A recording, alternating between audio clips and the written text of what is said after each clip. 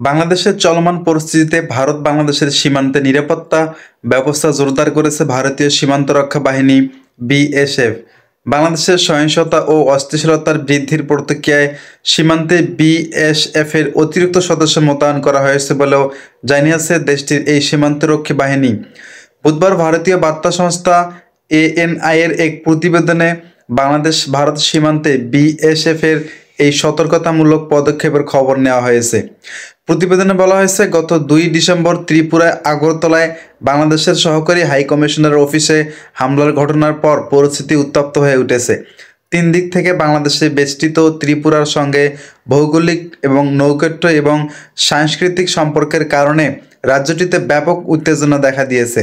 এমন পরিস্থিতিতে ভারতীয় কর্তৃপক্ষ বাংলাদেশ সীমান্তে টহল ও নজরদারি জোরদার করেছেন। এএনআই বলেছেন, কোথাও কোনো ধরনের আপত্তিকর ঘটনা যাতে না ঘটে সেজন্য বিসিএফ এর সদস্যদের সীমান্তে উচ্চ সতর্কবার্তায় থাকার নির্দেশনা দেওয়া হয়েছে। তবে বিসিএফ এর কয়েকজন কনস্টেবলের সঙ্গে কথা বলেছেন এএনআই।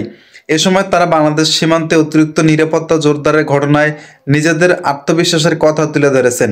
কিন্তু কেন হঠাৎ করে বিএসএফ এর জওয়ানদের এই ধরনের আত্মবিশ্বাসের কথা প্রতিবেদনে তুলে ধরা হয়েছে সেই বিষয়ে কিছু জানায়নি এনআই। বিএসএফ এর second in command Rajesh Kumar Langen বলেছেন, ভারত বাংলাদেশ সীমান্তে সর্বোচ্চ স্তরে সতর্কতা বজায় রাখতে বিএসএফ এর অতিরিক্ত সদস্য মোতায়েন করা হয়েছে।